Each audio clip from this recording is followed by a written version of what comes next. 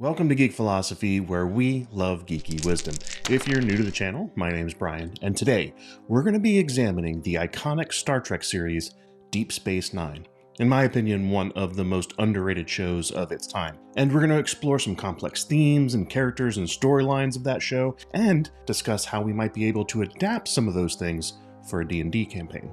But what made DS9 so different from all of the other Star Trek shows? Well, I'll always love the cast of characters from Star Trek The Next Generation, but from a storytelling perspective, in my opinion, Deep Space Nine still stands at the top of the Star Trek franchise.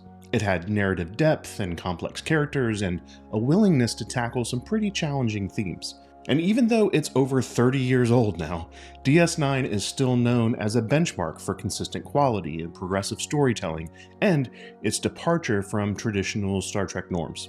And unlike its predecessors, DS9 was set on a space station, and it served as a crossroads for various species and cultures and conflicts.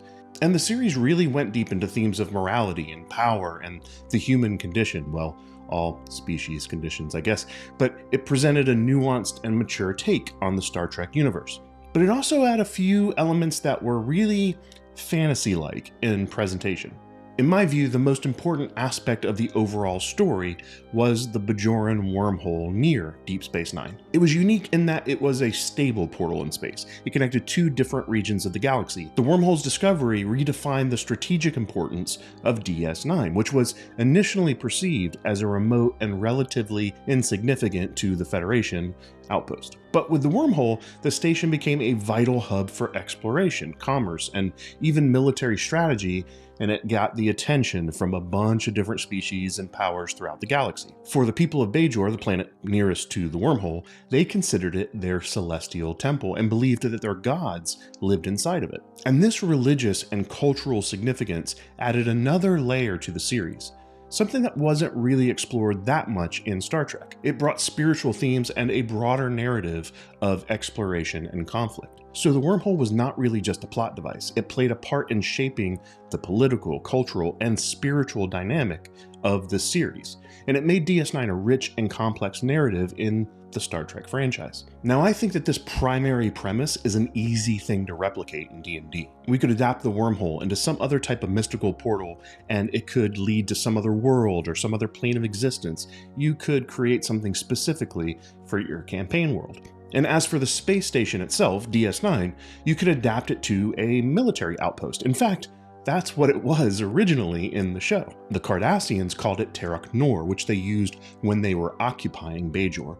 More on that shortly. But you could make it into an important fortification near a mountain pass, or even a strategic island port where ships are coming and going all the time. But no matter what you decide to do with your portal for your game, it's important to think about the people and the groups that are involved with it that drive the story forward. So let's talk about some of the main groups and factions from DS9 and the part they played in the series. To me, the Bajorans are at the heart of the story. They've just gotten free from the Cardassian rule, they're a very deeply spiritual people, and they have a strong sense of resilience and community. In your game, it could be a community recently freed from oppression. People that are guarding their sacred portal, whatever, again, you decide that portal to be. Then there are the Cardassians, who were the ones that used to occupy Bajor, like I mentioned, and they used to actually control the station itself. They tend to have a focus on conquest and military strength. In your game, they could be an empire or a military group known for their tactics and their desire to expand. But we would not have Star Trek without the Federation. As it was established in all the other shows, they're an organization formed with different groups working together for peace and exploration. In your D&D world, they could be a group of kingdoms or tribes that work together. Any type of coalition that you want to put together for the sake of exploration and peace. And there are merchants and businesses that interact with all of the other factions. Now, this could be a powerful trading guild in your game, controlling all the business at your outpost. So you can already imagine stories and conflicts that may come up with just those groups. We have to think about what lies beyond the portal. And for DS9, it was the Dominion, which becomes eventually the largest threat for DS9 and all of the Alpha Quadrant. Now, this large and powerful organization was led by the mysterious founders, who had devoted followers like the Vorta and the formidable Jem'Hadar soldiers. In your game, it could be an antagonistic empire or alliance, something to counter your version of the Federation. So you could have a whole frontline war theme or power struggle that brings its way into your campaign. But there's also another important faction, the Prophets. They're mysterious beings who live in the wormhole, and again, they're seen as gods by the Bajorans. They live outside of linear time, so they've seen all kinds of things in different ways, and they've even sent out these mysterious orbs throughout the realm. Sounds a lot like D&D already, right?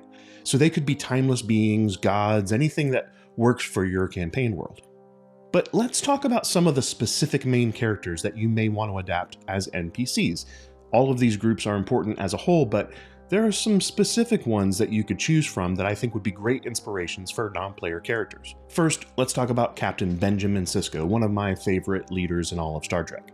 He's a multifaceted leader. He has strength and integrity, and he commands Deep Space Nine with unwavering dedication because he's on a journey that's characterized by personal sacrifice and a deep engagement from a spiritual quest perspective. In a D&D adaptation, you could envision Sisko as a high-ranking paladin, someone who's commanding a strategic stronghold, and his leadership should reflect his strength and his moral integrity. Next, there's Major Kira Nerys, who was once a Bajoran freedom fighter, and she's now the first officer of DS9. She's second in command there, and she's devoted to her people and her spiritual beliefs, and she plays a central role in the political and military dynamics of the station. Now, you could use a very similar backstory in a fantasy setting like D&D. You could picture her as a former rebel leader, and she's now guarding this sacred site with fierce determination to make sure that her people are safe.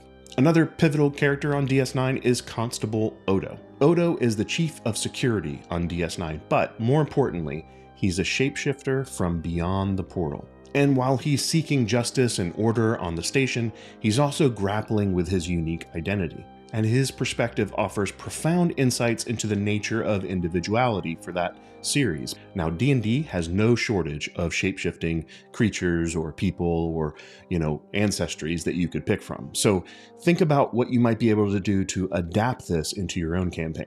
Then we have Lieutenant Commander Jadzia Dax. Very unique character because she's the host of the ancient Dax symbiont, which is wise beyond its years. It's a creature that lives inside Jadzia as the host vessel.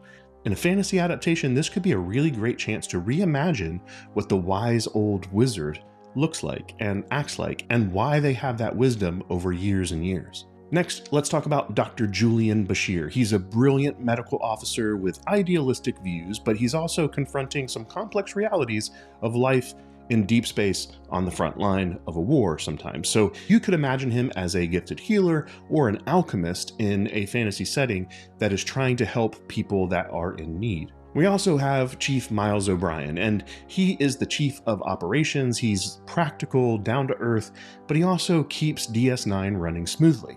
And he balances his professional duties with familial relationships. He's got a wife and child. Now, it could be hard to think about how do you adapt very much a chief engineer, techie-focused person as a D&D character? Well, in a fantasy adaptation, he could be a master artificer or a craftsman that is pivotal in maintaining or innovating key structures to keep the portal under control, or any other aspects of frontier life that you think are important. Now we get to one of my all-time favorite Star Trek characters, Quark. Quark is a Ferengi bartender and businessman, and he brings a sense of humor to his pursuit of profit on the station. He often operates in a morally ambiguous gray area. But despite the fact that he's a little self-centered, he has this unexpected depth and loyalty about him. And I think this is a great addition to a D&D campaign. Sometimes the bartender at the tavern can be a one-note character, and you can draw a lot of inspiration from Quark into making a very impactful NPC that really engages well with your players.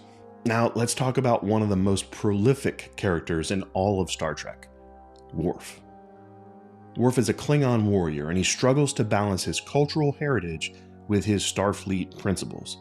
And his story offers a rich narrative of cultural identity and personal growth, and in a fantasy setting, Worf can be seen as a stoic barbarian or a noble knight facing all of these dilemmas that he's having to butt up against with his sense of duty and his longing to connect to his people. Next, we have one of my other favorite characters, which is Elam Garrick.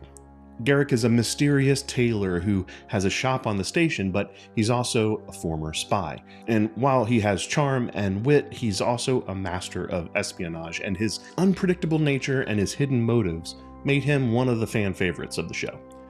As a fantasy NPC, he would be a perfect master spy or enigmatic informant that is deeply involved in covert affairs, but as a front, he still has that tailor shop on the station. Finally, let's talk about Gul Dukat. Gul Dukat is a complex adversary. He's driven by ambition and a nuanced moral code, at least by his sense of the word. And his actions explore themes of authority and redemption, and at times, he blurred the line between being a hero and a villain, although to me, he's always one of Star Trek's best villains. In a fantasy world, he could be a fallen noble or a power-hungry warlord presenting moral challenges to those that are on the station, because I think by adapting these DS9 characters and factions into your D&D campaign, you can enrich your fantasy world with deep, multifaceted NPCs like him and others, and get into a variety of different adventure styles. And I really think to make the most out of a campaign setting like this, you should suggest that the PCs are assigned to the outpost as members of one of the factions. The Bajorans, the Cardassians, the Federation, or the Merchants, whichever they prefer. And since they live at the outpost, it means that there's a possibility that they could have a lot of different adventure styles that you could use, and those could change from session to session. You could have adventures at the outpost itself. They might be diplomatic missions where they're tasked with negotiations or trade agreements and things like that. There could be defense and security type missions where the outpost might come under attack and the PCs have to figure out how to defend it. There's also opportunity for cultural events where you can organize festivities and tournaments and other cultural exchanges that bring different people together, and that gives you a lot of opportunity for role-playing and intrigue and larger plots that might unfold from those.